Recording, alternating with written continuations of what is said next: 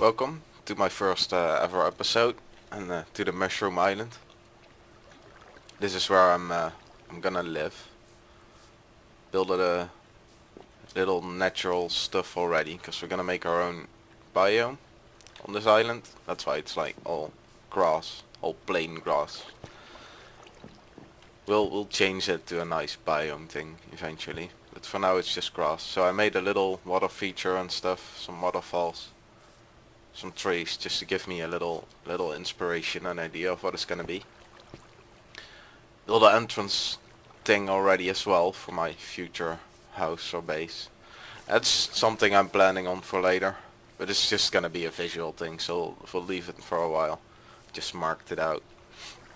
This is gonna be my entrance to my base.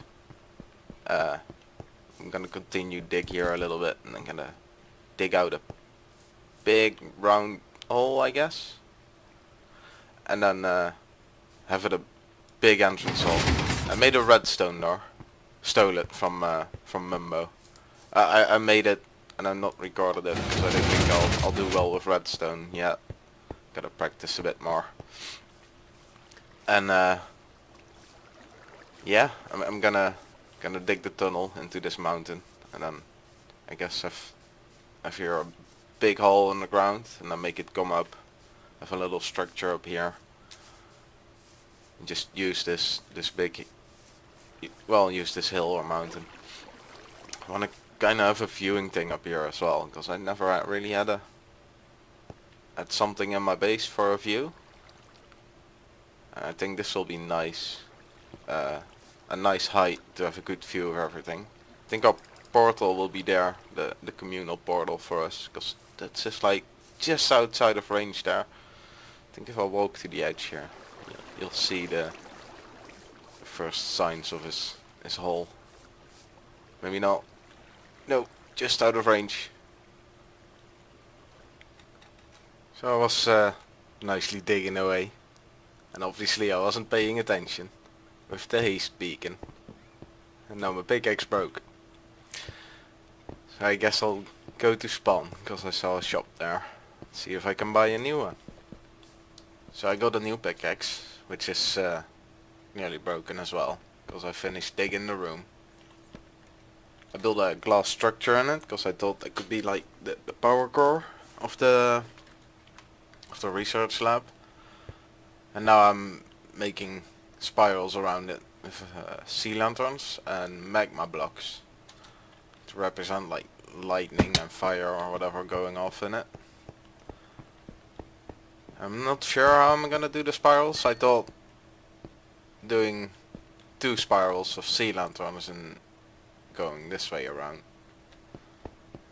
and then doing the magma blocks in the other direction, also 2 spirals.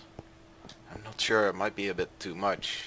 I think this is little bit too little, maybe? I don't know, maybe I could just plunk in some random blocks, see how that turns out. And yeah, that's what I'm doing for now, making a big ass power core for the base, I guess. So I finished the spiral, and I'm really happy with how it looks. Started finishing the top and the bottom as well. I mean, the power core is sort of finished. Added some lights, a little border around it. Not sure if I'll keep it this way, but for now it's definitely good enough. I also made a little walking around platform. And that's hopefully gonna be like the walkway leading to different parts eventually. I don't know, we'll see. I just started doing a little bit of other stuff in this room just to get a little bit of more of a feeling in there. I wanted to place some lights in the roof now, or in the ceiling.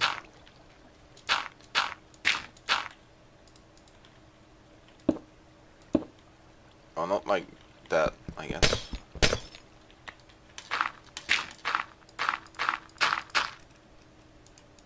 I figured if I do this,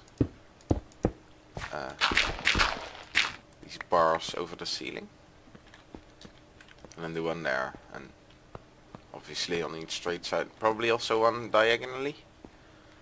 And that gives some light in the room.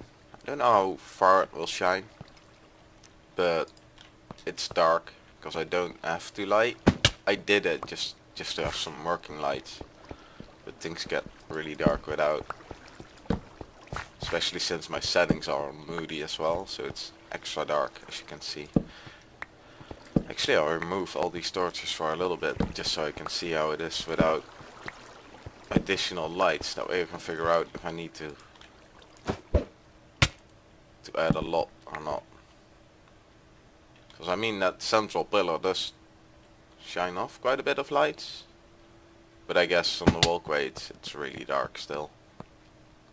So we'll have to add some lights somewhere on the edge.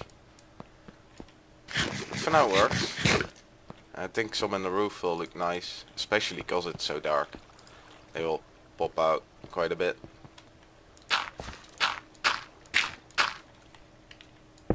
For the rest I'm just doing random stuff. Keep changing a little bit to what I'm working on in this room. Just to get a little extra, how do you call it?